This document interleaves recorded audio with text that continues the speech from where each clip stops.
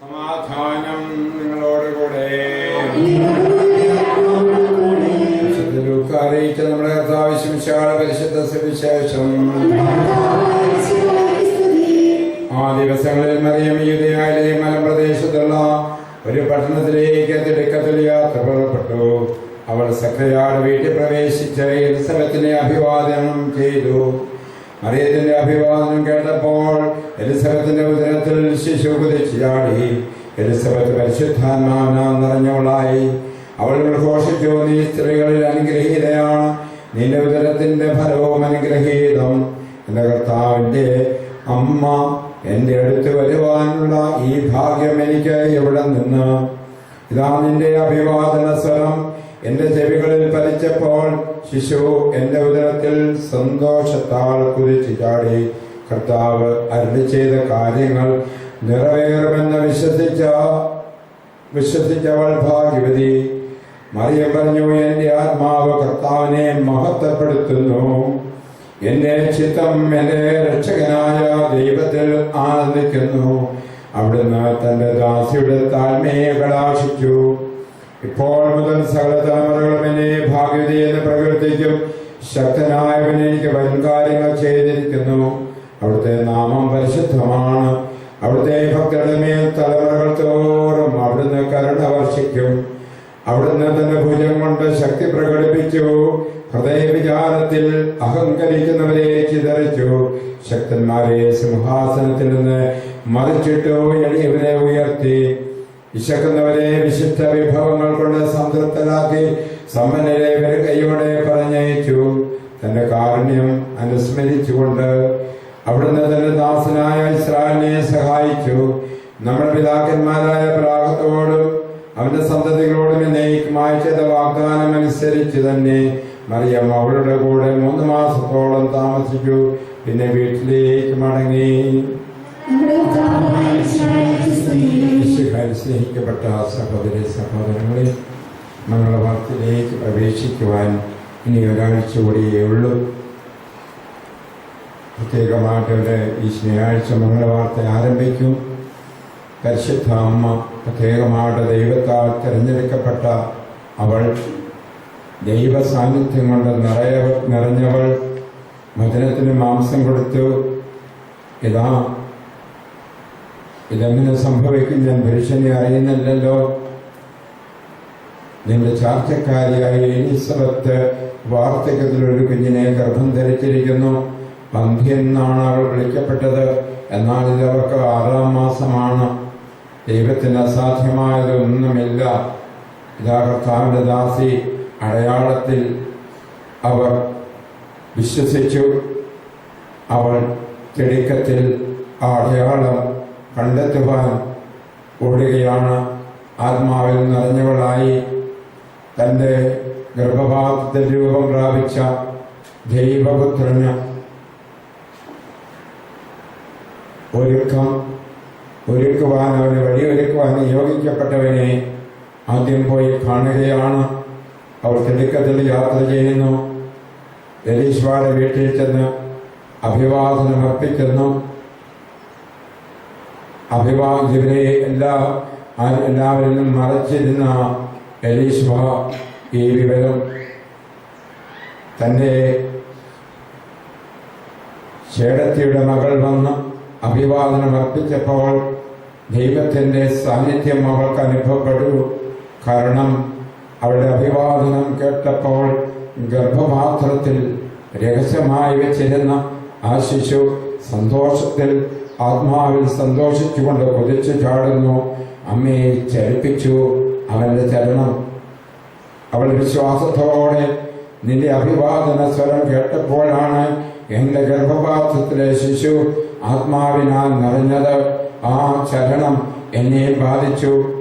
ദൈവത്തിന്റെ വചനം നിറവേറുമെന്ന് വിശ്വസിച്ച നീ ഭാഗ്യവതിയാണ്. ദൈവത്തിന്റെ വചനം നിറവേറുമെന്ന് വിശ്വസിച്ചവളും ആ വചനത്തിന് അംഗീകാരം കൊടുത്തോളം നീ ഭാഗ്യവതിയാണ്.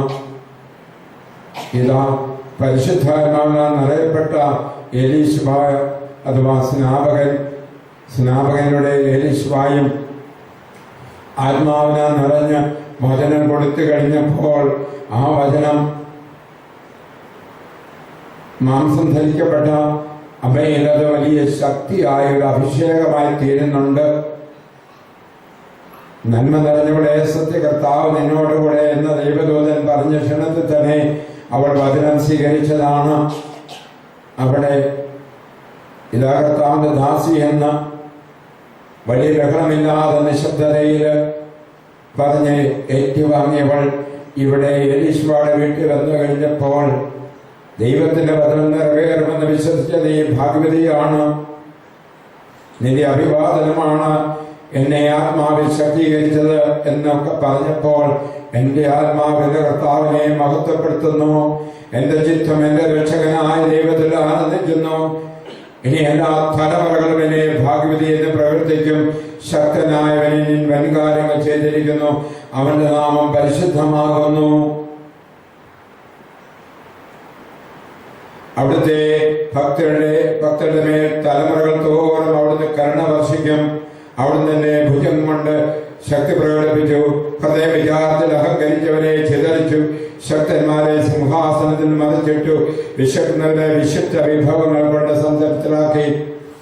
അവൾ വിശ്വാസം ഏറ്റുപറയുന്നു. അവൾ ആത്മാവിൽ ശക്തി പ്രകടിപ്പിച്ചു.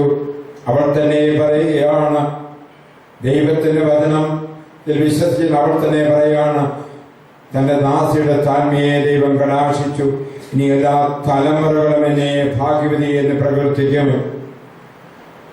അമ്മയെ തകർക്കുവാനോ അമ്മയെ നിന്ദിക്കുവാനോ ഒക്കെ അവിടെയും ഇവിടെയൊക്കെ ചില ശബ്ദങ്ങളും സ്വരങ്ങളും ഒക്കെ കേൾക്കുമ്പോൾ പരിശുദ്ധാത്മാവ് തന്നെ മറിയത്തിലൂടെ പറഞ്ഞു എല്ലാ തലമുറകളും എന്നെ ഭാഗ്യവതി എന്ന് പ്രവർത്തിക്കുവിൻ.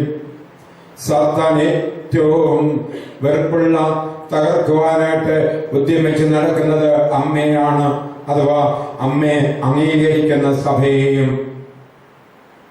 അവന്റെ ലക്ഷ്യം അതാണ്. അമ്മയെ അംഗീകരിക്കുന്ന സഭയ്ക്കെതിരായിട്ടാണ് അവന്റെ പ്രവർത്തനങ്ങൾ എവിടെയും കാണുന്നത്. പരിശുദ്ധ അമ്മ നമ്മുടെ ബലമാണ്, നമ്മുടെ ശക്തിയാണ്. അമ്മ പരിശുദ്ധാത്മാവിനെ പ്രഘോഷിച്ചത്, പ്രഖ്യാപിച്ചത്, പരിശുദ്ധാത്മാവിനാൽ എലീശായിൽ സ്നാപകനം പ്രഘോഷിച്ചത് ഏറ്റുപറഞ്ഞുകൊണ്ട് മറിയത്തോടുള്ളതായ വിധേയത്വവും ഈ ദിവസങ്ങളിൽ നമുക്ക് പ്രാർത്ഥിച്ചുകൊണ്ട് ജപമാല 1, 2, 3, 4 ജപമാലയൊക്കെ ചെല്ലുവാനായിട്ടൊക്കെ നമുക്ക് കഴിയട്ടെ. പ്രാർത്ഥിക്കണം. ഈ കരുണയുടെ വർഷം അമ്മയോട് ചേർന്ന് ഈശോയുടെ രാജ്യത്വത്തോട് ചേർന്ന് നമുക്ക് പ്രാർത്ഥിക്കണം. പ്രിയപ്പെട്ടവരെ, എല്ലാവർക്കും നിങ്ങൾക്ക് കൊടുക്കാനുണ്ടാകണം. നിങ്ങളുടെ ആശീർവാദമായിരിക്കണം എല്ലാവർക്കും. ഞാൻ പറയാറുണ്ടല്ലോ 92 ഡിഗ്രി വെള്ളം ചൂടായ തിളച്ചില്ല, 100ാമത്തെ ഡിഗ്രിയിലാണ് തിളയ്ക്കുന്നത്. നിങ്ങളുടേതാകട്ടെ ആ 100ാമത്തെ ഡിഗ്രി. എല്ലാവരെയും അഭിഷേകമുള്ളവരാക്കി തീർക്കുന്നത് നിങ്ങളായിരിക്കണം. നിങ്ങൾ അനുഗ്രഹിക്കാത്തവരായി ഈ പ്രപഞ്ചത്തിൽ ഒരാൾ പോലും 850 കോടി ജനമുണ്ടെങ്കിൽ അതിൽ ഒരാൾക്ക് പോലും നിങ്ങളുടെ ആശീർവാദവും നിങ്ങളുടെ അനുഗ്രഹവും നിങ്ങളുടെ അമ്മയിലൂടെയുള്ള മധ്യസ്ഥ പ്രാർത്ഥനയും കിട്ടാത്തവരായി ഒരാൾ പോലും ഭൂമിയിൽ അവശേഷിക്കരുത്. ഞാൻ അനുഗ്രഹിക്കാത്തവരായി ഒരാൾ പോലും ഇല്ല എന്ന് നിങ്ങൾക്ക് ആത്മാർത്ഥതയോടുകൂടി ദൈവമേ നിങ്ങൾക്ക് അഭിമാനത്തോടുകൂടി പറയാൻ സാധിക്കട്ടെ. അമ്മയോട് ചേർന്ന് പ്രാർത്ഥിക്കണമേ. കരുണയ്ക്ക് വേണ്ടി ആഗ്രഹിക്കുന്ന കരുണക്കൊന്ന് ചൊല്ലിക്കൊണ്ടും നിങ്ങൾ പ്രാർത്ഥിക്കണം. ദൂർത്തപത്രം നിലവിളിച്ചതുപോലെ അപ്പന്റെ സ്നേഹത്തെ അംഗീകരിക്കുന്ന ഒരു മനസ്സ് എല്ലാവർക്കും ഉണ്ടാകണമേ എന്ന് ആഗ്രഹിച്ച് പ്രാർത്ഥിക്കാം. ദൈവം നിങ്ങളെ അനുഗ്രഹിക്കട്ടെ. ഈ കരുണയുടെ വർഷം കർത്താവ് ധാരാളം അനുഗ്രഹങ്ങൾ നൽകും. പ്രിയപ്പെട്ടവരെ, അമ്മയുടെ തിരുനാൾ ദിവസം മാത്രമല്ല, നമുക്ക് ഈ ദിവ്യകാല മലീഭവനത്തിന് എമ്മാവൂസ് ധ്യാന കേന്ദ്രത്തിനും അനുഗ്രഹത്തിന് വർഷമാകണം. ഒരുപാട് അനുഗ്രഹങ്ങൾ വേണം. സാത്താൻ ഒപ്പത്തിനൊപ്പം നമ്മുടെ ഓരോ പുരോഗമനത്തിലും ഓരോ ഒപ്പത്തിനൊപ്പം നീങ്ങും. അമ്മയെ സ്നേഹിക്കുന്നൊരു ഭവനമായതുകൊണ്ട്, അമ്മയോടൊപ്പം നിൽക്കുന്നൊരു ഭവനമായതുകൊണ്ട് സാത്താന്റെ പരീക്ഷണങ്ങളും ഉണ്ടാകും. പ്രാർത്ഥിക്കണം. കൂടുതലായിട്ട് ഈ വർഷത്തിൽ ഒരു വർഷം പൂർത്തിയാക്കി 2ാം വർഷത്തിലേക്ക് പ്രവേശിക്കുമ്പോൾ നിങ്ങൾ കൂടുതലായിട്ട് കഴിയുമെങ്കിൽ ഒരു ജപമാല കൂടിയെങ്കിലും ഈ ഭവനത്തിന് വേണ്ടി പ്രാർത്ഥിക്കണമേ. ഞാൻ പറഞ്ഞു, ഒരു തിരിപ്പെട്ടിക്കൊണ്ടുകൊണ്ട് 2 തിരിയല്ല, 2000 അല്ല. നിങ്ങളുടെ പ്രാർത്ഥന എല്ലാവർക്കും കൊടുക്കുക. എല്ലാവർക്കും ദൂർത്തനും ശിഷ്ടനും എല്ലാം ഇവിടെ വൈദികരെ പ്രത്യേകമായിട്ട് സമർപ്പിച്ച് പ്രാർത്ഥിക്കാം. ദൈവം നിങ്ങളെ അനുഗ്രഹിക്കട്ടെ.